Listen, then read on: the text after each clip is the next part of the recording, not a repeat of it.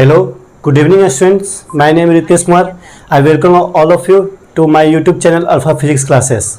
Students, हमने इस channel में अभी तक फिजिक्स, केमिस्ट्री, मैथ्स, बायोलॉजी से रिलेटेड सारे टॉपिक्स पढ़ा रहा हूँ और इस लेक्चर में मैं आपको अरिथमेटिक प्रोग्रेशन जो कि एपी है उसका मैं आपको थर्ड लेक्चर आज पढ़ाने जा रहा हूँ। इस लेक्चर में बेसिकली मैंने अभी तक आपको सारे कॉन्सेप्ट दे दिया था, क्या इसमें फॉर्मूले है, कैसे उसमें हमने डिराइव किया था, प्रोग्रेशन क्या होता है, सीक्वेंस क्या होता है, इसमें प्रॉब्लम्स कैसे हम लोग सॉल्व करते हैं। फिर इसमें हम लोग अभी तक पिछले लेक्चर में हम लोग 10 to 12 न्यूमेरिकल्स देखे थे। ये लेक्चर भी न्यूमेरिकल्स पर ही बेस्ड है, क्योंकि देखो ये चैप्टर में ज़्यादा कोई कॉन्सेप्ट है नहीं और ना ही ज़्यादा कोई फॉर्मूला है। इस चैप्टर में दो से तीन ही फार्मूले हैं और उसी 2-3 फार्मूले पर पूरे चैप्टर का आपको क्वेश्चन फ्रेम है। तो बेसिकली इसमें आपको नंबर ऑफ क्वेश्चंस ज़्यादा प्रैक्टिस करना है कि मैं जितना नंबर क्वेश्चन ज़्यादा प्रैक्टिस कर सकूँ उतना आपको इसमें फ़ायदा होगा, क्योंकि फार्मूला तो इसमें एक ही लग रहा है, लेकिन किस टाइप से आपको उसको क्वेश्चन पूछेगा, जैसे उसमें कुछ टाइप बदल देगा, मतलब आपको प्रैक्टिकल लाइफ पे पूछ सकता है, आपको उसमें जो आपने क्वाड्रेटिक इक्वेशन, लीनियर इक्वेशंस पढ़े हैं उस पर आपसे बेस्ट क्वेश्चन पूछ सकता है। तो आपको बेसिकली कॉन्सेप्ट बहुत ही कम है, लेकिन इसमें मॉडल बहुत ज़्यादा हैं। तो बेसिकली इसीलिए मैं जो भी मैं लेक्चर ले रहा हूँ फर्स्ट लेक्चर के बाद वो सारा लेक्चर आपका न्यूमेरिकल पर ही बेस्ड है। सो फ्रेंड्स, हम लोग स्टार्ट करते हैं आज का लेक्चर इस क्वेश्चन के साथ। काफ़ी ब्यूटीफुल क्वेश्चन है, तो पहले हम लोग इस क्वेश्चन को समझते हैं। ये क्वेश्चन आखिर हमें बोल क्या रहा है और क्या निकालना है। मैंने आपको पहले ही कहा था कि कोई भी जब क्वेश्चन आता है उसके सोल्यूशन तक पहुँचने के लिए आपको जो क्वेश्चन आपको खुद ही हिंट देता है, कोई ना कोई रास्ता बता देता है। अगर आप रास्ता को वो रास्ता जो एक गुफा की तरह होता है, अगर आपको दिख गया तो आप रास्ते से जाओगे और आप मंजिल तक पहुंच जाओगे। तो यहाँ देखो ये हिंट क्या दे रहा है इस क्वेश्चन के थ्रू। ये क्वेश्चन बोल रहा है कि find the middle term of the sequence. कोई एक ऐसा सीक्वेंस दिया हुआ है, उसका हम लोग मिडिल टर्म निकालना है। Formed by all 3 digits number which leaves remainder 3 when divided by 4। ये बोल रहा है कि जितने भी 3 डिजिट, ऑल बोल रहा है यहाँ देखो, बाई ऑल 3 डिजिट नंबर, जितने भी 3 डिजिट नंबर होते हैं उसको अगर हम लोग 4 से डिवाइड करते हैं तो वो क्या देगा, रिमाइंडर आपको 3 देगा। इसमें आपको एक हिंट दे दिया। फिर क्या बोल रहा है, also find the sum of all numbers on both sides of the middle term. मतलब पहले आपको क्या करना है, पहले मिडिल एक सीक्वेंस है वो आपको बताया नहीं कौन सा टर्म है या कौन सा मिडिल है, कौन सा फर्स्ट है, कौन सा लास्ट है, आपको कुछ नहीं बताया है। बस आपको एक ही हिंट ये वाला दिया है कि कोई भी 3 डिजिट नंबर रहेगा उसको हम लोग 4 से डिवाइड करेंगे तो आपको रिमाइंडर 3 देगा। तो बेसिकली इसमें बोल क्या रहा है कि आपको पहले क्या करना है, मिडिल टर्म निकालना है। मिडिल टर्म के पहले वाले जितने भी टर्म होगा उसका सम और मिडिल टर्म के बाद वाले जितने भी टर्म होगा उसका सम, वो दोनों सम को आपको यहाँ पे निकालना है कि वो दोनों सम का क्या वैल्यूज आएंगे। तो स्टार्ट हम लोग करते हैं आज का लेक्चर। देखो क्या आता है।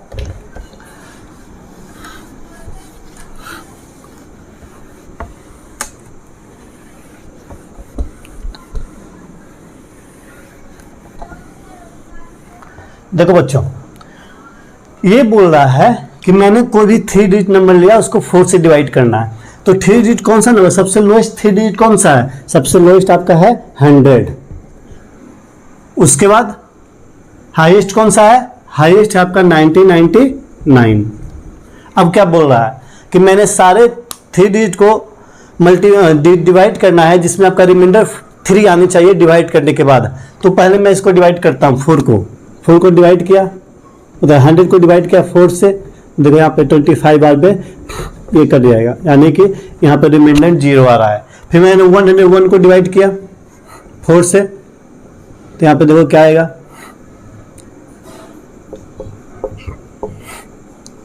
1 रिमाइंडर बच जा रहा है। फिर 102 करेंगे, उसमें 2 रिमाइंडर बचेगा। लेकिन हमारा जो ये सीक्वेंस बोल रहा है, ये सीक्वेंस इससे कोई फर्क नहीं पड़ता है कि आपका रिमाइंडर कितना बच रहा है। उसको एक ही मतलब है कि उसका रिमाइंडर उसी पे वो ध्यान देगा, उसी नंबर पे वो सीक्वेंस आएगा जिसमें आपका रिमाइंडर 3 आएंगे। तो जो पहला नंबर यहाँ पर आपको डिवाइड करने के बाद मालूम चलेगा कि 103, अगर इसको हम लोग 4 से डिवाइड करते हैं तो कितना आएगा, 208, 2 3, 5 बार में 20, बचा रिमाइंडर 3। यानी कि जो फर्स्ट नंबर है वो हमारा होगा 103। ठीक है। अब देखो, अगर ये फर्स्ट नंबर है तो ये बार बार क्या बोल रहा है कि हमें हमेशा 4 से ही डिवाइड करना है। 4 से डिवाइड करने का मतलब क्या है कि ये नंबर तो मिल गया और साथ ही साथ रिमाइंडर 3 आनी चाहिए। तो यानी कि हमेशा इसमें हमको सीधे सीधे वो बोल दिया कि जो 4 है वो आपका कॉमन डिफरेंस है। इनडायरेक्टली आपको वो क्या बता दिया, जो 4 है कॉमन डिफरेंस है। कैसे? क्योंकि आप देखो अगर इसको आप डिवाइड करोगे 103 को तो अगर रिमाइंडर आएगा 4, फिर आप 104 को डिवाइड करो, देखो वो टोटली डिवाइड हो जाएगा। मैंने 4 से डिवाइड किया, 2 बार में 8, 2 4 आपका 6 बार में 24, रिमाइंडर फिर से 0। 105 को करो तो यहाँ पे देखो क्या आएगा, 5 को करोगे तो यहाँ पर 2 बार में 8, 2 2 5 4 और रिमाइंडर आ जाएगा 1। उसी तरह 106 को करोगे रिमाइंडर 2, 107 को करोगे तो रिमाइंडर 3 आएगी। तो यानी कि सेकेंड टर्म क्या है 107। यानी कि अब देखो दोनों के बीच में कॉमन डिफरेंस क्या है 4 का है। यानी कि ये जो सीक्वेंस बनेगा ये ऐसे बनते जाएगा, ऐसे बनते जाएगा। अब हमें nth टर्म भी लिखना है। ये तो फर्स्ट टर्म था। लास्ट टर्म इसका क्या है, सबसे जो हाईएस्ट है 3 डिजिट वो है 999। उसके बाद वाला जो डिजिट है वो क्या है 1000, मतलब कि वो 4 डिजिट है, 3 डिजिट वो नहीं है। तो अब हम लोग 999 को डिवाइड करेंगे 4 से। तो यहाँ देखो मैंने डिवाइड किया, 2 बार में 8 1 9, 4 बार में 16 3 9, 9 बार में 36 बच्चा रिमाइंडर 3। यानी कि ये नंबर जो है वो जिसको हम 4 से डिवाइड करेंगे तो हमारा सीक्वेंस का जो टर्म है उसको ये सेटिस्फाइड कर रहा है। यानी कि 999 हमारा सीक्वेंस में रहेगा। और इसके पीछे नंबर कौन सा रहेगा, इसका 4 माइनस कर दो तो 995। ये हमारा सीक्वेंस बन गया। तो सबसे पहले इस क्वेश्चन में हमें सीक्वेंस के बारे में कुछ नहीं पता था कि आखिर कौन सा एपी दिया हुआ है। तो मुझे एपी मैंने फर्स्ट स्टेप में फाइंड आउट किया। अब क्या बोल रहा है कि मिडिल टर्म का पहले वाला सम और मिडिल टर्म का बाद वाला सम, दोनों का सम निकालना है। तो बेसिकली हमें ये तो मालूम चल गया, लेकिन ये थोड़ी मालूम है कि इसमें मिडिल टर्म कौन सा है या कितना है या इसमें नंबर ऑफ टर्म्स कितने हैं, वो हमें कुछ नहीं मालूम है। तो अब हम लोग यहाँ पे नंबर ऑफ टर्म्स निकालेंगे। नंबर ऑफ टर्म्स कैसे निकालते हैं, उसका एक ही फॉर्मूला था, Tn = a + n - 1 × d। यहाँ पे हमें किसका वैल्यू निकालना है, n का। d है आपको 4 दिया हुआ है, a का वैल्यू 103 दिया हुआ है, Tn का वैल्यू 999 दिया हुआ है। तो हम सिंपली यहाँ पे पुट करेंगे और n का वैल्यू निकालेंगे। तो आप देखो मैंने पुट किया 103 + n - 1 × 4। इसको हम इधर ले गए तो 6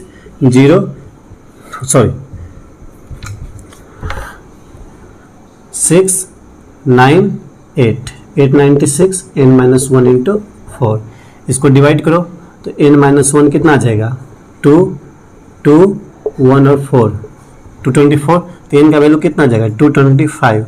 यानी कि पहले हमने सीक्वेंस फाइंड आउट किया एपी के बाद हमने नंबर ऑफ टर्म्स भी फाइंड आउट कर लिया कि इस क्वेश्चन में नंबर ऑफ टर्म्स कितने हैं 225। अब नंबर ऑफ टर्म्स अगर 225 है तो इसका मिडिल टर्म क्या था, आपने अरिथमेटिक नहीं सॉरी आपने पहले मीन पढ़ा होगा। तो मीन आप लोग निकालते हो कि जब भी कोई एक और नंबर आता है तो उसको +1/2 करते हैं मिडिल नंबर, यानी कि मीन निकालने के लिए। बस वहीं पे अब हमको यहाँ पे टर्म दे दिया है तो टर्म का जब मीन निकालना है यानी कि मिडिल टर्म निकालना है, हम वही कॉन्सेप्ट यहाँ पे यूज करेंगे। तो आप यहाँ पे देखो टी मिडिल टर्म निकालना है तो कितना है 225 + 1/2 यानी कि 226/2 यानी कि 113। यानी कि टी जो मिडिल टर्म आएगा वो आपका 113 आएगा। यानी कि जो 113वां जो टर्म है वो आपका कौन सा होगा मिडिल टर्म। अब हमें ये तो पता चल गया कि मिडिल टर्म कौन सा है 113वां टर्म है, लेकिन वो मिडिल टर्म का वैल्यू क्या है हमें ये तो पता चल गया कि यहाँ सीक्वेंस ये था टर्म इसका टोटल नंबर ऑफ टर्म्स कितने हैं 225, जिसमें मिडिल टर्म क्या है 113। तब हम लोग मिडिल टर्म का वैल्यू निकालेंगे। जैसे देखो फर्स्ट टर्म का वैल्यू क्या है 103, सेकेंड टर्म का वैल्यू क्या है 107, तो मिडिल टर्म का वैल्यू क्या होगा, मिडिल टर्म का वैल्यू हम लोग यहाँ पर कैलकुलेट करते हैं। T113 कैसे निकलेगा a + n - 1 × d। a कितना है 103, n कितना है 113 - 1 यानी कि 112 × d कितना है 4, d कितना है 4। तो 103 + 112 × 4 इसको हम लोग कैलकुलेट करते हैं। यहाँ देखो 112 × 4 8 4 4 448 + 103 यानी कि 155।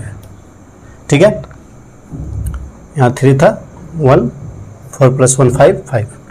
यानी कि जो 138 टर्म आएगा वो आपका कितना आएगा, 138 13th टर्म कितना आएगा आपका 551। ये आपका आ गया कि जो 113वां टर्म है वो नंबर में कितना होगा, 551 जो है वो उसका 113वां टर्म होगा। ये मुझे पता चल गया। तो बेसिकली हम लोग यहाँ से ये भी तो लिख सकते हैं कि जो 112वां टर्म होगा वो कितना होगा, इससे 4 घटा देते हैं। क्यों भाई, क्योंकि 4 यहाँ पे क्या था, कॉमन डिफरेंस था 4, तो मैं 4 घटा था, आ गया 547। तो आपको यहाँ पे मिडिल टर्म फाइंड आउट हो गया है कि मिडिल टर्म कौन सा है, कितना है, क्या उसका नंबर है, सभी हमको मिडिल टर्म के बारे में फाइंड आउट हो गया। अब ये क्वेश्चन क्या बोल रहा है, अब निकालना है आपको मिडिल टर्म के पहले का और मिडिल टर्म के बाद वाला सम, दोनों का क्या निकालना है, सम। तो सम का भी मैंने आपको 2 फार्मूले बताए थे, इसमें दोनों का यूज होगा।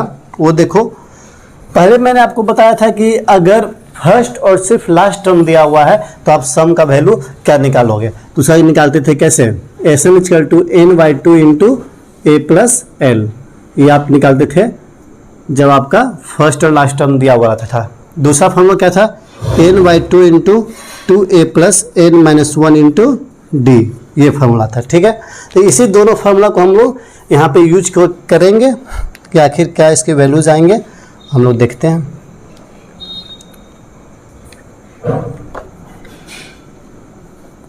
देखो, सबसे पहले हमें निकालना है सम ऑफ वन। जैसे देखो 138 टर्म यहाँ पे है, ठीक है, 112 टर्म यहाँ पे होगा, और सम हाउ वेयर इज यहाँ पे होगा आपका 225th टर्म, और यहाँ पे आपको फर्स्ट टर्म है, यहाँ पे सेकेंड टर्म है, यहाँ पे 112वां टर्म है, 113वां टर्म है। ये क्वेश्चन क्या बोल रहा है, ये जो आपका मिडिल टर्म आया इसके पहले का सम और इसके बाद वाला सम, दोनों का हमको सम आप निकाल करके दो, दोनों का सम हमें निकालना है। तो सबसे पहले हम लोग क्या करेंगे, फर्स्ट 112 टर्म का सम निकालेंगे। तो फर्स्ट 112 टर्म का सम कैसे निकलेगा, बस बेसिक सा है, हम लोग ऐसे पुट कर देंगे 112 n/2, n/2, n कितना है 112/2 प्लस फर्स्ट टर्म कितना है 103, सेकेंड टर्म कितना है, यानी कि लास्ट टर्म कितना है 547, बस यहाँ हमने पुट कर दिया। अब देखो क्या आता है, 516 56 इंटू 547 प्लस 3 0 1 5 6 650 आपका आ गया ये, और इसको मल्टीप्लाई करो तो 650 इंटू 56 0 0 3 3900 0 0 3 39 0 5 2 32 0 0 5 प्लस 9 14 1 3 5 2 6 एंड 1 36,400, ये आपका आ गया सम ऑफ 112 टर्म का। सम ऑफ 112 टर्म कितना आया 36,400, यानी कि मिडिल टर्म का जो पहले वाला जितने भी टर्म है 112 टर्म तक, उसका जो सम आया आपका कितना आया 36,400। अब हमें जो सम निकालना है वो इस टर्म का निकालना है कि मिडिल टर्म के बाद वाला का सम कितना आएगा। तो वो भी देखो, वो भी आसान है।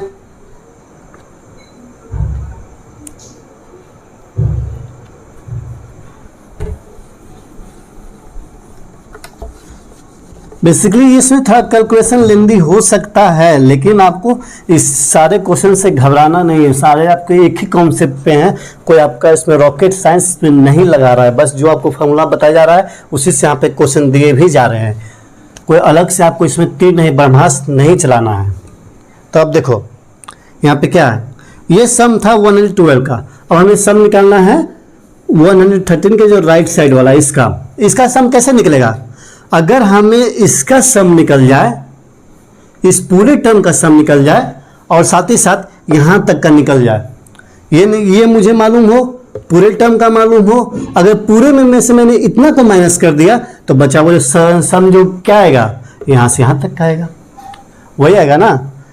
मैंने पूरा टर्म लिया, पूरा टर्म का सम निकाला, माइनस हम लोग यहाँ तक का टर्म का सम करके उसे माइनस कर देंगे, तो हमें जो यहाँ से जो LHS है, मतलब कि 113 के बाद वाला जो टर्म का जो सम रहेगा वो वापस निकल जाएगा। सिंपल सा लॉजिक है, तो कोई ध्यान उतना ज़्यादा देना नहीं है। तो इसमें वो सम जो है कैसे आएगा, एस 225 माइनस एस 112 प्लस जो इसका सम है, मतलब जो नंबर इसका है इसका भी तो जोड़ना है। ये क्या बोला है, मिडिल टर्म के बाद वाला का सम निकालना है, यानी कि मिडिल टर्म को इंक्लूड करना है इसमें। तो हम 112 टर्म प्लस 113 का नंबर कितना है 551। अब हम लोग एस 225 टर्म का निकालते हैं, उसका कितना आएगा, यहाँ देखो एस 225 का जो आएगा नंबर ऑफ टर्म सम वो आएगा 225/2, ठीक है 225/2। फर्स्ट टर्म कितना था 103, लास्ट टर्म कितना था 999। हम ऐसा करते हैं 103 प्लस 999, ये था सीक्वेंस में जो हमारा जो टोटल जो एपी जो पहला बना था वो एपी यही ना बना था 103 प्लस 107 प्लस 111 से लेकर के 999। तो हम लोग बेसिकली किसका सम निकालना है 225 में इसका सम निकालना है। तो बस हम लोग इसका सम निकाल, क्यों, क्योंकि 225 वाला टर्म तो पूरा एपी का है ना, कोई एक एपी का तो है नहीं, तो बस इसका सम हम लोग निकालते हैं। तो 225/2 इंटू 999 प्लस 103 210 9 प्लस 3 12 1 कैरी 9 पर 0 1 9 10 11 1102। देख लो, ध्यान से देख लो, कहीं मिस्टेक नहीं होना चाहिए। 1 9 प्लस 1 10 0 हाथ में 1 10 1 1102। अब देखो ये कटेगा 5 टाइम्स 105 1 551, यानी कि 225 इंटू 551 कैलकुलेट करना है। तो इसको भी कैलकुलेट करते हैं, थोड़ा लेंदी है, थोड़ा टाइम ले रहा है क्योंकि इसमें कैलकुलेशन है, आपको इसमें कुछ ना कुछ कैलकुलेट करनी पड़ेगी। तो यहाँ पे देखो 551 इंटू 225 5 5 जा 25 बचा क्या 2 5 1 जा 5 5 5 जा 25 बचा क्या 2 5 5 जा 25 प्लस 2 27 2 1 जा 2 2 5 जा 10 कैरी 1 2 5 जा 10 एंड 11 2 2 0 1 1 5 7 9 3, देखो अच्छे से देख लो 3 2 एंड 1, ये आपका आ गया 12 39 75। ये क्या आया, ये जो आया है आपका आया फर्स्ट 25 टर्म का सम कितना आ गया, इतना आ गया। हम लोग बेसिकली करेंगे क्या, यहाँ देखो, यहाँ पुट करेंगे, पुट कितना हुआ 12 39 75 माइनस 112 का सम कितना था, 112 का सम 36,500 था। तो आपको कोई बोल दे कि ये 13 का भी सम निकालना है, मतलब छोटा हटाओ, ये देखो 36,400 प्लस कितना है 551, यानी कि 12 39 75 माइनस 51 इसमें ऐड कर दो तो 36,951। अब इसको सब्ट्रैक्ट कर दो, तो सब्ट्रैक्ट करने पे कितना आएगा 12 39 75 1 5 9 6 and 3 4 sorry 7 minus 5 2 9 minus 9 0 13 7 and 11, यानी कितना आ गया। एक बार फिर से देख लो, 5 माइनस 1 जाएगा 4 7 माइनस 5 आ जाएगा 2 9 माइनस 9 इज इक्वल टू 0, यहाँ लिया 7 बच्चा था 1 इज यहाँ गया 11 माइनस 3 8, यानी कि 87,024। ये आपका आ गया सम, कितने राइट साइड वाला, लेफ्ट साइड वाला का सम इतना था, राइट साइड वाला का सम इतना आ गया। इतना आपको कैलकुलेट इस क्वेश्चन में करना पड़ेगा, क्योंकि इसमें क्या बोला है कि आपको जो भी सम निकालना है, राइट साइड निकालना है मिडिल टर्म का और लेफ्ट साइड निकालना है, दोनों का आपको निकालना है। तो दोनों का हमने सम सीधे से कैलकुलेट किया। पहले इसमें आपको बोला था कि कुछ भी नहीं दिया था, सिर्फ आपको एक हिंट दिया था कि हाँ मतलब इस टर्म में कौन सा मतलब क्या है, जो आपको बताया था कि 4 के द्वारा जब हम लोग डिवाइड करते हैं तो रिमाइंडर आता है 3। तो आपको इसमें हिंट दिया था, उसी हिंट को हमने फॉलो किया। फॉलो करके पहले हमने एपी लिखा, सीक्वेंस लिखा, सीक्वेंस या एपी लिखने के बाद हमें मिडिल टर्म के बारे में कुछ नहीं पता था, तो हमने पहले नंबर ऑफ टर्म्स कैलकुलेट किए, नंबर ऑफ टर्म्स से फिर हमने मिडिल टर्म निकाला। मिडिल टर्म निकालने के बाद उसका वैल्यू निकालना, क्योंकि मिडिल टर्म तो हम लोग निकाल चुके थे लेकिन उसका वैल्यू हमें मालूम नहीं था, तो हम लोग उसका वैल्यू निकाले। मिडिल टर्म का वैल्यू निकालने के बाद हमें पता चल गया कि हाँ इसके पहले का सम इतना है, इसके बाद का सम निकालना है, तो बस वहाँ फॉर्मूला पुट करेंगे और हमें सम निकल जाएगा। नेक्स्ट क्वेश्चन देखो क्या, नेक्स्ट क्वेश्चन भी इसी टाइप पे है और इसमें थोड़ा सा आपका, जैसे इसमें आपका कांस्टेंट था, वहाँ पे कांस्टेंट नहीं रहेगा, वहाँ पे क्या रहेगा आपका वेरिएबल रहेगा थोड़ा सा। दोनों का कॉन्सेप्ट सेम है, एज इट इज़ है। बेसिकली इसमें आपको यही देखना था कि अगर हमें एक का सम दे दे, एक पार्ट का पूरा होल का सम दे दे और पूछे दूसरे पार्ट का, तो हमें होल में से फर्स्ट जो पार्ट का सम निकाला उसे सब्ट्रैक्ट करना है। तो यहाँ पे देखो क्वेश्चन क्या था, दूसरा second question, the houses of a row in a colony are numbered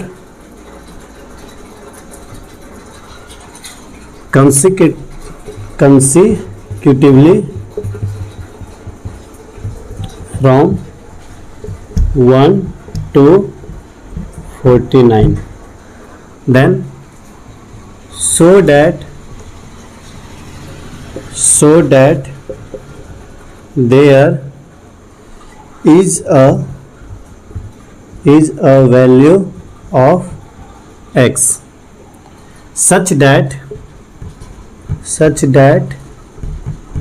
the sum of the numbers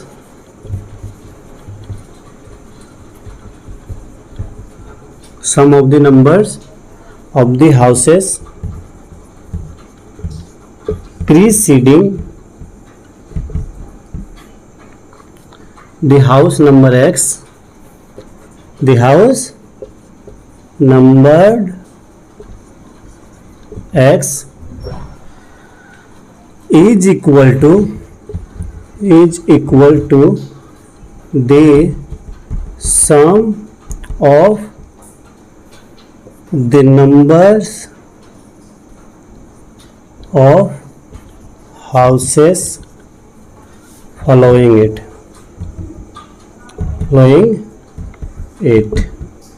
Find the value of x. ये क्वेश्चन को देखो और इससे एक बार समझो ये क्वेश्चन क्या बोल रहा है। कॉन्सेप्ट आपको फॉर्मूला एक ही है, बस आपको रास्ते को चुनना है। जो आपको हिंट दिया गया है क्वेश्चंस में, उसी हिंट को देख करके आपको क्वेश्चन के आखिरी तक पहुंचना है। तो आप एक बार देखो, 10 सेकंड नजर डालो, वरना मैं अगर डायरेक्ट आंसर लिख दूंगा तो आपको पता नहीं चलेगा क्वेश्चन क्या बोला था और सोल्यूशन क्या आपने बता रहा है। तो पहले आप एक बार क्वेश्चन को अच्छा से रीड करो क्या बोल रहा है, उसके बाद मैं आपको बताता हूँ।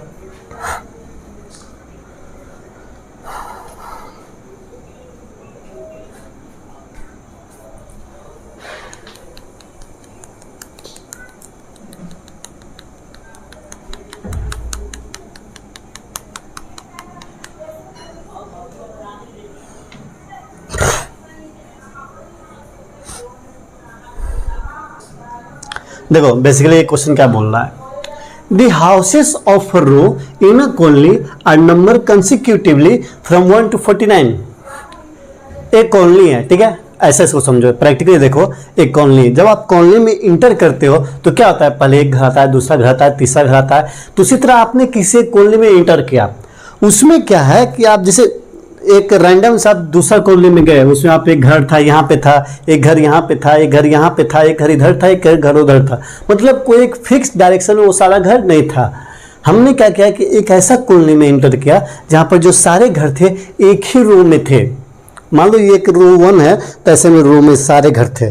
तो उस रो में जो घर थे वो आपका घर पहले से लेकर के 49 तक थे। ये क्वेश्चन के बोल रहा है कि the houses of row in a colony number consecutively from 1 to 49। मतलब एक कॉलोनी है, इसमें सारा घर का जो रो है, मतलब एक रो है, उसमें सारे घर 1 से 49 तक कंसिक्यूटिवली हैं, मतलब एक के बाद एक के बाद एक के बाद एक के बाद सारे एक साथ हैं। So that there is a value of x. उसी नंबर में हमने एक, मान लो एक घर है, वो जो घर है वो मान लो x नंबर पे है। मैंने क्या बोला कि हर एक घर यहाँ पे क्या है कि 1 से 49 तक है, तो मैंने कोई एक घर लिया जो कि x नंबर पे है। तो ये बोल रहा है so that there is a value of x such that the sum of the numbers of houses preceding the house number x is equal to the sum of the number of houses following it.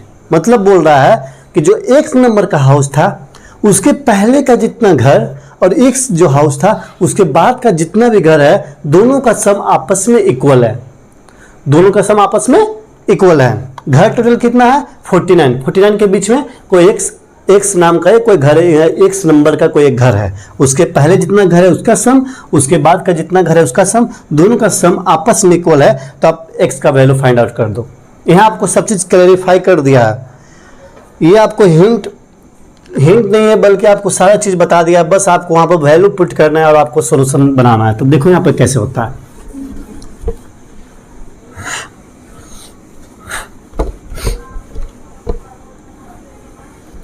देखो question क्या बोला कि 1 से 49 तक कोई घर है जिसमें बीच में एक x नाम नंबर का एक घर है। जैसे देखो 1 2, दूसरा घर, तीसरा घर, चौथा घर, जाते जाते x का घर, जाते जाते 49वां घर। ये आपका पूरा सीक्वेंस था। अब देखो क्या है, अगर x का घर है तो उसका अगला घर कौन होगा? x का कोई घर है तो उसका अगला घर कौन होगा? वो होगा x + 1। क्यों? क्योंकि पहले ही आपको क्वेश्चन में बोला है कंसिक्यूटिवली, मतलब एक के बाद एक, और उसके पहले वाला घर जो कौन होगा वो कौन सा होगा? तो वो आपका होगा x - 1। अब देखो आपका सीक्वेंस बन गया। ठीक है, ये सीक्वेंस था। अब क्या बोल रहा है कि यहां से यहां तक का सम और इसके बाद वाला सम दोनों बराबर हैं, दोनों बराबर हैं। तो आपका बोल रहा है कि आपको x का वैल्यू निकालनी है। कैसे निकालोगे? तो आप देखो,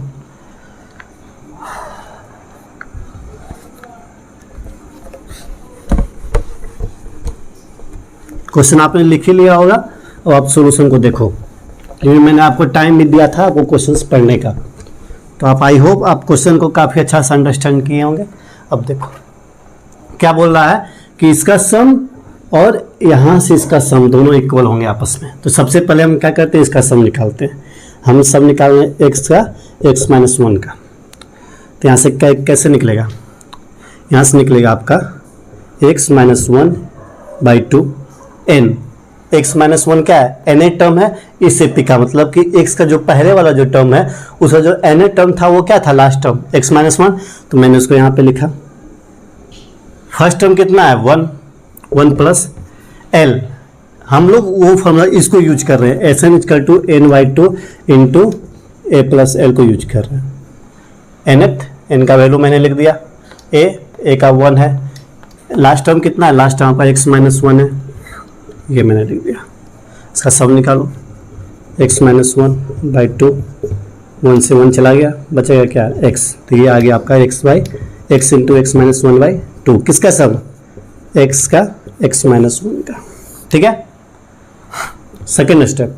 अब क्या बोल रहा है कि अब आपको इसका सम निकालना है। आपको पिछले क्वेश्चन से मैंने एक कॉन्सेप्ट वही दिया था कि अगर आपको टोटल का सम दे दिया जाए और इसका सम दे दिया जाए तो आप इसका भी सम निकाल लोगे। कैसे? इसका सम माइनस इसका सम। लेकिन यहाँ क्या बोला है? x का, तो वहाँ भी हम लोग जो मिडिल टर्म था उसको हमने इंक्लूड किया था। 1/2 का सम लिख दिया था, साथ ही साथ हमने +130 टर्म भी किया था, क्योंकि हमको वैल्यू यहाँ से यहाँ तक का निकालना है, ना कि यहाँ से यहाँ तक का। अगर यहाँ से यहाँ तक का वैल्यू निकालना होता तो हम लोग सिर्फ इसी को कंसिडर करते हैं। लेकिन ये क्या पूछ रहा है कि आफ्टर x का फॉलोइंग, मतलब x के बाद वाला जो घर है, तो x के बाद वाला घर का जो सम आप निकालोगे वो टोटल माइनस x तक का जो घर आएगा वहाँ तक का आप निकालोगे ना। तो वही देखो यहाँ पे है। तो मैंने इसका टर्म निकाला, इसका जो सम आएगा वो क्या आएगा? टोटल सम माइनस x का सम, मतलब कि यहाँ तक का सम। अब देखो total sum 49/2 into first term 1, last term 49 आ गया। ठीक है, नो डाउट, माइनस sx। अब इसका निकालना है। इसका कैसे निकलेगा? n।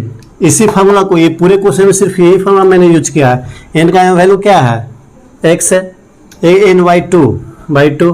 First term 1 + x, last term L x. ठीक है, अब देखो ये जो आएगा क्या आएगा 49/2 into 50 minus x/2 into x plus 1, 1 plus x लिखो एक्स प्लस 1 लिखो, दोनों बात बराबर है। तो यहाँ क्या जाएगा 49 इंटू ये कर जाएगा 25 वाल में into 25 minus x/2 into x plus 1। ठीक है, अब क्या बोला, ये दोनों इक्वल हैं, ये दोनों इक्वल हैं, तब हमें ये दोनों को सॉल्व करना है। तो कैसे आएगा x into x minus 1/2 equal to 49 into 25 minus x/2 into x into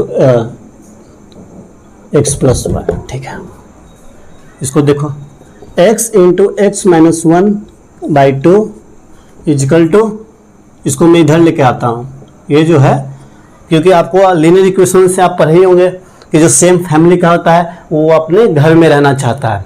x वाला है, ये क्या करेगा अपना एक्स को वेरिएंट को खोजेगा, तो इसको एक्स वाला इधर मिला है तो यह जगह इधर है, तो plus x/2 into x plus 1। ठीक है, ये आ जाएगा 49 इंटू 25। तो अब देखो क्या करना है, कुछ नहीं, सिंपल सा इसको मैनिपुलेट करना है। ऐसा आता है, देखो ये सारे क्वेश्चंस में कोई ज़्यादा आपको तीर नहीं मारना है, बस हिंट को आपको पकड़े रहना है कि आगे क्वेश्चंस में हिंट क्या दिया है, उसी हिंट से आपको क्वेश्चन बनेगा। कुछ क्वेश्चंस वैसे आते हैं जिसमें आपको खुद से दिमाग लगाना पड़ता है कि हाँ इसमें ऐसा होगा तो ऐसा होगा, आपको इसमें हिंट दिया हुआ इसको आप फॉलो करो।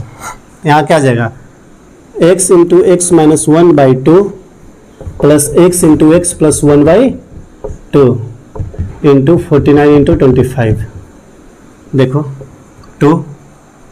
ठीक है, कुछ इधर तो नहीं हुआ है, नहीं हुआ, ठीक है 2 x into x minus 1 plus x into x plus 1, इसको फिर से पुट करो x square minus x plus x square plus x by 2, x गया, बचा क्या है 2x square by 2 is equal to आपका 49/25 एज इट इज। यहाँ देखो एक 2 से 2 कट गया, बचा क्या है x square equal to 49 into 25, x को इधर भेजो तो स्क्वायर रूट इधर बन जाएगा, स्क्वायर रूट बनेगा तो क्या आएगा 49 का स्क्वायर रूट 7, 25 का स्क्वायर रूट 5, यानी कि एक्स का वैल्यू आपका 35 आ जाएगा।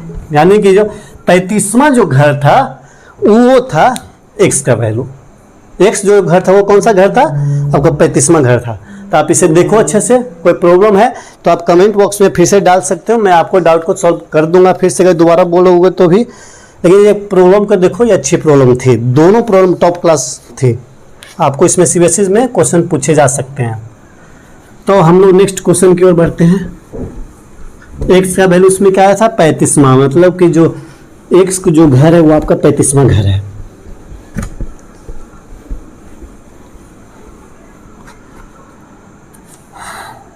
अब देखो next question, a spiral is made of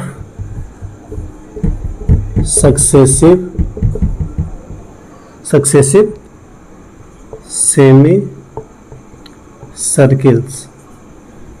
semicircle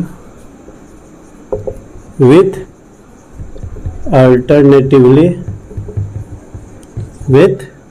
alternatively centers at A and B. Now starting with center A of radii 0.5 centimeter, 1 centimeter, 1.5 centimeter, 2 centimeter, carry on so on as shown in the figure. What is the total length? What is the total length? पाई का value 22/7। ये देखो इसमें आपका questions यार, ये आपको ये जो सब क्वेश्चंस ये आपका फेवरेट है सीबीएसई बोर्ड का, कि उसमें आपको दो दो कॉन्सेप्ट लग रहा है। इसमें अगर आपको फॉर्मूलेज नहीं पता है किसका, जैसे मैं बताता हूँ अभी क्या बताना चाह रहा हूँ। एक स्पाइरल है, एक स्पाइरल, जैसे फिगर देख लो, एक स्पाइरल बना, दूसरा स्पाइरल बना, तीसरा स्पाइरल बना, ठीक है। यहाँ पे सेंटर ए है, एक सेंटर यहाँ पे बी है। देखो ये क्या बोल रहा है क्वेश्चन, कि a spiral is made of successive semi circle with alternatively centers at A and B। मतलब एक स्पाइरल है, वो ऐसे ऐसे ऐसे बहुत सारे सेमी सर्कल के द्वारा बनाए गए हैं। वैसा सेमी सर्कल जिसका जो सेंटर है वो हमेशा अल्टरनेट पे है, ए बी ऐसे करके हुआ है, ठीक है। Second thing, starting with the centre A of the radii 0.5 centimetre, यानी कि यहाँ से जो यहाँ तक का रेडियस है ये आपको कितना है, 0.5 सेंटीमीटर। सेमी सर्कल कहने का मतलब क्या हुआ, ऊपर वाला ये, देन ये, देन ये, देन ये, ये क्या बोला, starting from the centre of radii 0.5 centimetre, यहाँ से यहाँ आपका 1 सेंटीमीटर, यहाँ से यहाँ 1.5 सेंटीमीटर, यहाँ से यहाँ आपका 2 centimetre and so on. As shown in the figure, what is the total length। तो हमें टोटल लेंथ इसका फाइंड आउट करना है। सॉरी, इसमें बीच में क्वेश्चन अभी और था इसमें, सॉरी एक मिनट, सॉरी।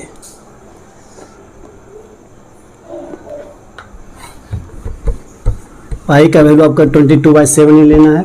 इसमें क्या बोल रहा है, what is the total length such a spiral made up of 13 semi circles। ये कि यह जो स्पाइरल था 13 सेमी सर्कल के द्वारा बनाया गया था। जब 13 सेमी सर्कल के द्वारा बनाया गया तो बताओ उस पूरे स्पाइरल का लेंथ क्या होगा। रेडियस सबका दिया हुआ है कि एक जो पहला जो सेमी सर्कल था उसका रेडियस कितना था, 0.5 सेंटीमीटर। जो दूसरा सेमी सर्कल है उसका रेडियस 1 सेंटीमीटर, तीसरा सेमी सर्कल उसका रेडियस 1.5 सेंटीमीटर, चौथा था 2 एंड सो ऑन। ऐसे करके 13 सेमी सर्कल्स हैं। तो आपको उससे पूछ रहा है कि भाई बताओ उसका रेडियस क्या आएगा। तो अब देखो रेडियस बोल रहा है सेमी सर्कल का।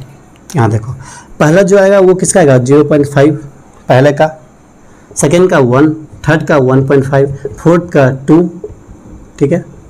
आप यहाँ से कुछ ना कुछ ऑब्जर्व किया होगा कि जो सेमी सर्कल हम लोग बोल रहे हैं, मतलब पहला सेमी सर्कल कहने का मतलब उसका आधा रेडियस है। यहाँ देखो क्या है, हमने बोला फर्स्ट सेमी सर्कल का रेडियस कितना है, हाफ है। दूसरा सेमी सर्कल का दूसरा सेमी सर्कल का रेडियस कितना है, 1 है, मतलब कि उसका आधा। तीसरा सेमी सर्कल का रेडियस 1.5, यानी 3/2 कितना होता है, 1.5। फोर्थ का 4/2, यानी कि जो 13 सेमी सर्कल होंगे उसका रेडियस 13/2 सेंटीमीटर होगा। ये इसलिए मैं आपको ये एक्सप्लेन करा था कि ये आखिर क्यों दिया है, कैसा सीक्वेंस में है। इसका कहने का मतलब कि जो 13 था आपका जो सेमी सर्कल्स होंगे उसका रेडियस 13/2 होगा। तो अब आपको इसका टोटल लेंथ निकालना है। लेंथ कहने का मतलब क्या होता है, आपने अभी तक सर्किल पढ़ा, हम लोग बोलते हैं भाई तब find the length of the circle. तो आप कैसे फाइंड करते हो, लेंथ कहने का मतलब होता है जैसे ये सर्किल है इसका पूरा लेंथ, यानी कि ये वाला बाउंड्री वाला ये यहाँ से यहाँ जो कवर किया है सर्कल इसका लेंथ पूछता है। यानी कि ये सिंपल से आपका सरकमफ्रेंस पूछता है, सरकमफ्रेंस पूछता है, या भी बोल सकते हैं पेरीमीटर पूछता है। तो किसी सर्किल का सरकमफ्रेंस या पेरीमीटर कितना होता है, 2πr। अगर सर्कल का होता है 2πr तो सेमी सर्कल का πr, ठीक है, इसमें कोई दिक्कत नहीं है। अब हमें बोला कि टोटल लेंथ आनी चाहिए, तो पहले हम लेंथ फाइंड आउट करेंगे तभी तो पता चलेगा कि आखिर टोटल लेंथ क्या है। तो so let us first find our lengths, कौन कौन सा लेंथ है, कितने लेंथ्स हैं, तब जाकर के आप इसका सम निकालोगे कि आखिर इसका सम क्या आएगी। तो यहाँ पर देखो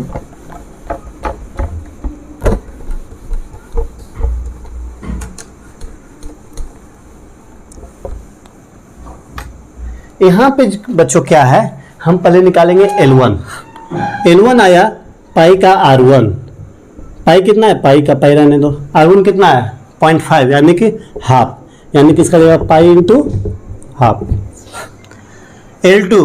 L2 क्या बोला, पाई R2, ठीक है। पाई R2 कहने का मतलब पाई इंटू 1 यानी कि पाई, यानी कि हम लोग इसको ऐसे भी लिख सकते हैं, यहाँ पे क्या है, इसको लिख सकते हैं 1/2 या फिर हाँ 1/2 इंटू पाई, इसको ऐसे लिख सकते हैं। इसको कैसे लिखेंगे, इसको लिखेंगे 2/2 इंटू पाई, ठीक है। अब L3 पाई R3, पाई R3 करेंगे मतलब क्या, पाई इंटू 1.5 बाई क्या होता है 3/2 इंटू पाई, यानी कि हम लोग लिख सकते हैं 3/2 इंटू पाई, ठीक है। ये आपका लेंथ आ गया फर्स्ट सेमीस्टर का, सेकेंड सेमीस्टर का दिस, थर्ड सेमीस्टर का दिस।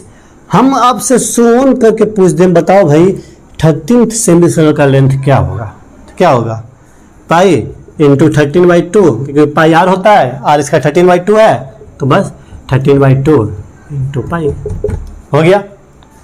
अब निकालना है टोटल लेंथ। टोटल लेंथ का मतलब क्या, इसका सम निकालनी है। सम कैसे निकलेगा, ये देखो, सम बच्चों ऐसे निकलेगा,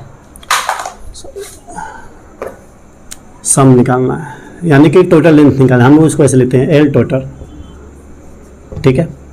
पहले क्या था, pi plus 2π/2 plus 3π/2 plus 4π/2 and so on 13th π/2।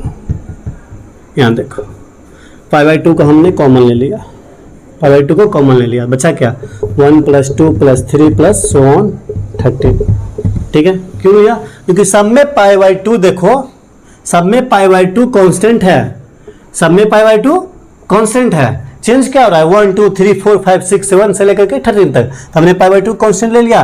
तो हमें सम अब निकालना है इसका, उसका सम क्या आएगी, Sn इक्वल टू क्या n/2 यानी कि 13/2, क्यों भाई, क्योंकि n आपका 13 दिया हुआ है, into a plus l, a कितना है 1, l कितना है 13, तो 1 + 13।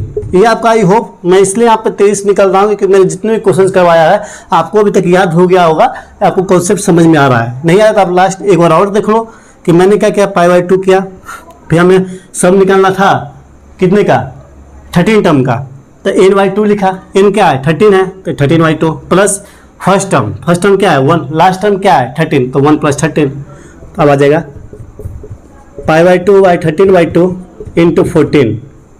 अब देखो पाई का वैल्यू क्या है 22/7 इंटू 1/2 इंटू 13/2 इंटू 14, ठीक है बच्चों, इतना आप निकाल लोगे। अब देखो मैनिपुलेट करते हैं, 2 से 2 गया, 2 से 11 यानी कि 13 इंटू 11, 13 10 जा 130, 130 इंटू 13 मतलब कि 143 आपका आ जाएगा, यानी कि टोटल सम जो आपका आ पाएगा 143 सेंटीमीटर आएगा, ठीक है। ये क्वेश्चन भी इजी था एंड आई होप आपको समझ में भी काफ़ी अच्छे तरीके से आया होगा, क्योंकि मैंने हर एक चीज़ को आपको यहाँ पे बताया है। और मैथ में आपको तभी तक समझ में आएगा जब आप क्लास में काफ़ी अच्छे से ध्यान से सुनोगे, क्योंकि आप अगर यहाँ पे अच्छे से नहीं सुनोगे और खुद से पढ़ने बैठ जाओगे, क्वेश्चंस लगाने बैठोगे, क्वेश्चंस आपसे नहीं लगेगा, तो उस टाइम लगता है कि मैथ हमारा सबसे बोरिंग सब्जेक्ट है, मैथ से बुरा कोई सब्जेक्ट हो ही नहीं सकता है। लेकिन जैसे ही आपसे क्वेश्चन बन रहा है तो आप बोलोगे वाह मैथ क्या है, मैथ तो सबसे ईजी सब्जेक्ट है, इससे तो कोई हल्का सब्जेक्ट होता ही नहीं है। तो यहाँ पे मेन खेल होता है जो वो होता है क्वेश्चंस का, कि आप कैसे क्वेश्चंस लगा रहे हो। देखो next question, the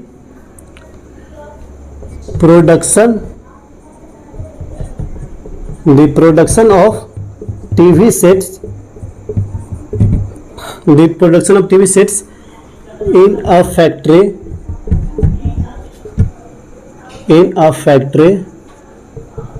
increases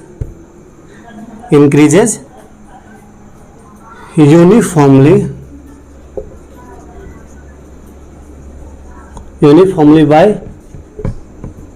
fixed number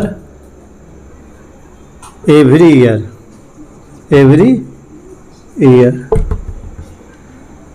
It produced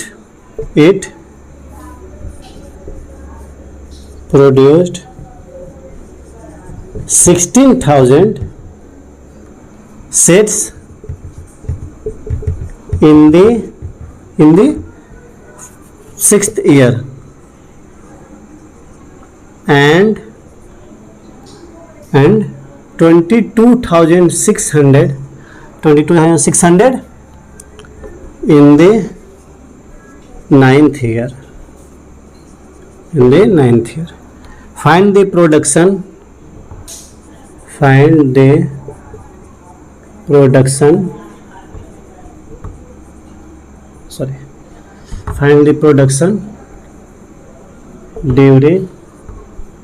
during first year, second क्या है 8 ईयर मतलब कि आठवां साल में, और थर्ड क्या है आपका फर्स्ट 6 ईयर्स।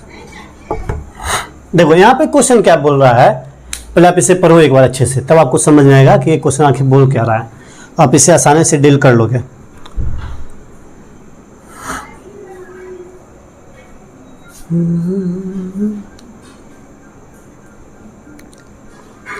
देखो बच्चों क्वेश्चन क्या बोल रहा है, the production of TV sets in a factory increases uniformly by fixed number every year. मतलब कि एक कोई कंपनी है, वो अपना टीवी बना रही, टीवी सेट्स को, मतलब पूरा जो एक टीवी का सेट होता है वो पूरा बना रहा है। वो क्या बोल रहा है कि जो फैक्ट्री है ये हर एक साल एक फिक्स्ड नंबर, मतलब मान लो जैसे कि मतलब ये कंपनी हर एक साल 100 टीवी सेट्स, इस बार मान लो कि ये फर्स्ट ईयर था, फर्स्ट ईयर में इसने 100 टीवी सेट्स को बनाया। सेकेंड ईयर में क्या किया, इसने 10 टीवी सेट्स और बनाए, तो सेकेंड ईयर में कितना आएगा 110 टीवी सेट्स इसने बनाए। थर्ड ईयर में क्या हुआ कि फिर से इसने 10 ही बढ़ाया, थर्ड ईयर में कितना आ जाएगा 120 सेट्स बढ़ाया। फोर्थ ईयर में 130। कहने का मतलब ये है कि ये टीवी सेट्स है in a factory increases uniformly by fixed number every year, मतलब कि हर एक साल एक फिक्स नंबर के द्वारा इन यूनिफॉर्मली इंक्रीज कर रहा है। मतलब ऐसा नहीं कि इस साल मैंने 30 टीवी बना लिया, अगले साल मैंने 50, उसके अगले साल 100 और उसके अगले साल 80, ऐसा नहीं। मान लो अगर इसने फर्स्ट ईयर में 40 के नंबर से टीवी सेट्स को बढ़ाया तो अगले साल भी 40, उसके अगले साल भी 40, उसके अगले साल भी 40 ही बनाएगा। तो क्या अब देखो अब क्या बोल रहा है, it produced 16,000 sets in the 6th year. इसने अपने छठे साल में 16,000 सेट्स बनाए and 22,600 in the 9th year, और 9वें साल में 22,600 टीवी सेट्स और बनाए। Find the production during first year, 8th year and first 6 year. मतलब कि आपको पहले साल में कितना उसने बनाया था वो निकालना है, 8वें साल में उसमें कितना बनाया वो निकालना है, और पहले 6 साल में उसमें कितना बनाया वो निकालना है। तो आप देखो इसमें क्या बोला कि it produce 16,000 sets in the 6th year. 6 year का मतलब क्या है, T6 आपको दे रखा है। T6 का मतलब A plus n-1 into D, n क्या है 6, 6 - 1 5, तो A प्लस 5 इंटू डी कितना है 16,000। ठीक है, ये आपको समझ में आ गया होगा। फिर क्या है 9th, T9 क्या है A plus n-1, 9 - 1 into D, यानी कि 8 इंटू डी, यानी कि 22,600। ठीक है, इससे कोई दिक्कत नहीं आनी चाहिए। मैं दोनों इक्वेशन को अब सब्ट्रैक्ट कर देता हूँ। इसको क्या, ये गया -3D, इसको सब्ट्रैक्ट करो, 22,600 - 16,000, 0 0 6 6, यानी कि 6,600 - 6,600, क्योंकि इसमें माइनस का ये बड़ा है, माइनस से माइनस गया, 3 से काटो 2200, यानी कि डी का वैल्यू जो है वो आपका गया 2200। यानी कि जो इसने बोला था कि हर एक साल एक फिक्स नंबर के द्वारा बढ़ा रहा है अपना प्रोडक्शन को, तो वो फिक्स नंबर क्या है, वो फिक्स नंबर आपका 2200 है। ठीक है, तो इस क्वेश्चन से आपको ये क्लैरिफाई मिल गया कि हमारा जो कॉमन डिफरेंस था, मतलब कि जो डी था वो हमें मालूम हो गया। अब डी मालूम हो गया तो इसने बोला कि फर्स्ट ईयर में कितना है। फर्स्ट ईयर कहने का मतलब क्या, आपसे ए पूछ रहा है, फर्स्ट टर्म पूछ रहा है, तो आप फर्स्ट टर्म कैसे निकालोगे। यहाँ आपको 2 इक्वेशन दिया हुआ है, एक इक्वेशन आप डी का वैल्यू पुट करो, आपको आराम से ए का वैल्यू मिल जाएगा। कैसे, ये देखो a + 5d = 16,000। ठीक है, a + 5 इंटू 2200 = 16,000, a + 0 0 0 1 1, 11,000 16,000। तो ए का वैल्यू क्या आ जाएगा, इसको इधर भेजो तो क्या आ जाएगा 5,000। यानी कि पहले साल में इस फैक्ट्री ने 5,000 टीवी सेट्स का प्रोड्यूस किया। अब क्या बोल रहा है, अब ये बोल रहा है 8वें साल में इसने कितना किया, T8 बस वैल्यू पुट कर दो, A + 8 - 1 7 × D 7D, ए का कितना है 5,000 + 7 × 2200, 5,000 + 0 0 7 2 14 1 7 2 14 और 5 15 15,400 15,400 5,000 कितना आ जाएगा 0 0 0 5,000, यानी कि 0 0 4 55 1 2 20,400। यानी कि 8वें साल में इसने 20,400 टीवी सेट्स बनाया।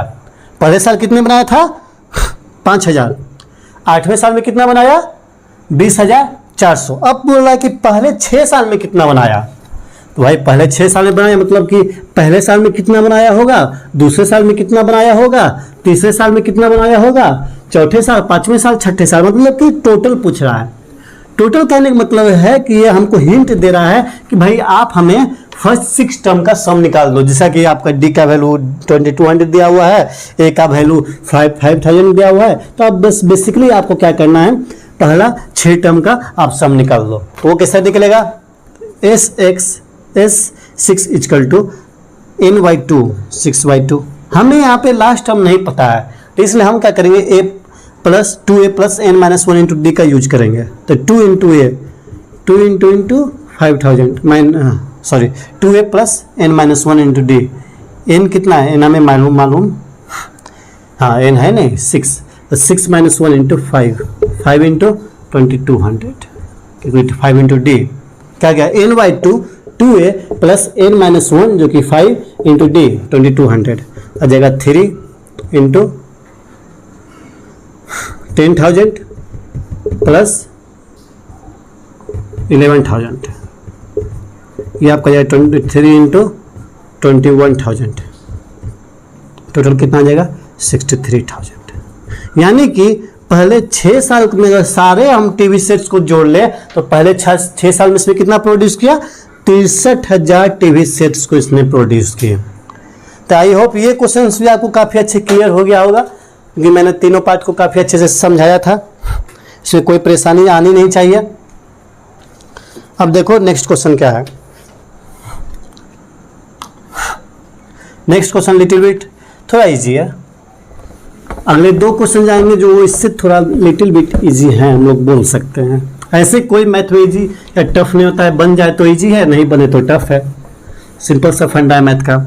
लेकिन मैंने जो आपको कॉन्सेप्ट दिया है, अगर इसको आपने हमारे लेक्चर को पूरा थॉरोली फॉलो किया होगा तो आपसे ये सारे क्वेश्चंस बन जाने चाहिए। क्या बोला है देखो, फाइंड द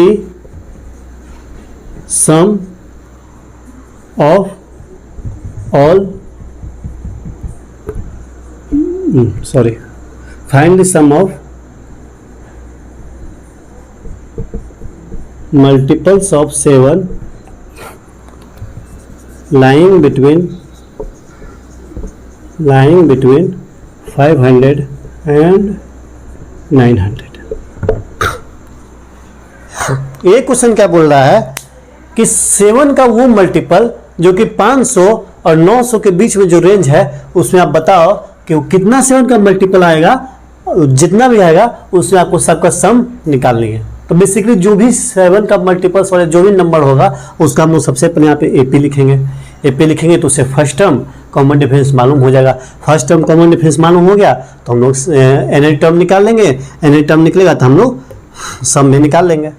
वो कैसे निकलेगा ये देखो, हमने जो क्या किया, पहले 7 को 500 से डिवाइड किया, डिवाइड करने के बाद 7 49 1 10 1 7, रिमाइंडर बचा क्या 3, रिमाइंडर बचा 3, इसको इसे सब्ट्रैक्ट करो, सब्ट्रैक्ट करने क्या आया 4 को इसमें ऐड कर दो फर्स्ट नंबर में, इसमें ऐड किया तो आ गया कितना 504। ये देखो ये इससे डिविजिबल है, ये बस एक तरीका है कि आपको फर्स्ट नंबर दे दिया तो उसमें कैसे ट्रिक अप्लाई करना है, इसको हमने बस डिवाइड करना है, डिवाइड करके जो भी रिमाइंडर आएगा उस नंबर से सब्ट्रैक्ट करो, जो भी सब्ट्रैक्ट करने पर जो नंबर आएगा इससे ऐड कर दो, वो आपका आ गया फर्स्ट टर्म। इसमें देखो चेक भी कैसे करना है, देखो 7 जा 49, 1 और 14 2 बार में कट जाएगा, ठीक है। अब बोल रहा है मल्टीपल्स ऑफ 7, मल्टीपल ऑफ 7 से करने का मतलब क्या, इसका कॉमन डिफरेंस 7 है। कॉमन डिफरेंस 7 मतलब सेकेंड टर्म जो आएगा वो कितना आएगा, वो आएगा 511, थर्ड टर्म 518। अब देखो लास्ट टर्म कैसे फाइंड आउट करते हैं, लास्ट टर्म में ये ऐसे अप्लाई करो, 7 है 900 है, इसको आप डिवाइड करो, 1 बार में 7, 2 0 20, 2 बार में 14, 6 0 60, 8 बार में 56, 4 बचा क्या 4 को इससे तुम माइनस कर दो, माइनस करने पे क्या आएगा 896। अब देखो ये डिवाइड हो रहा है 7 से, देखो होगा 1 बार में 7 19, 2 बार में 14 5 6 128 बार में हो जा रहा है। यानी कि जो लास्ट टर्म आएगा ये नेट टर्म आएगा वो आपको कितना आएगा 896 आएगा, ठीक है। ये पी बन गया। ये दोनों आप अच्छे से देख लो क्योंकि आपको सीबीएसई बोर्ड में क्वेश्चन दे सकता है कि इसके बीच का बताओ, जब उसके बीच का बोलेगा तो अब ये ट्रिक को अप्लाई करो और आपको आंसर मिल जाएगा। तब देखो क्या है, अब इसमें बोल रहा है सम निकालना है सारे टर्म्स का। तो बेसिकली हमको इसमें क्या करना है, एल का यानी कि टीएन वैल्यू दिया हुआ है, ए दिया हुआ है, डी दिया हुआ है, लेकिन हमें एन का वैल्यू नहीं मालूम है। अगर एक बार एन का वैल्यू मालूम हो जाए तो हम लोग सम निकाल लेंगे।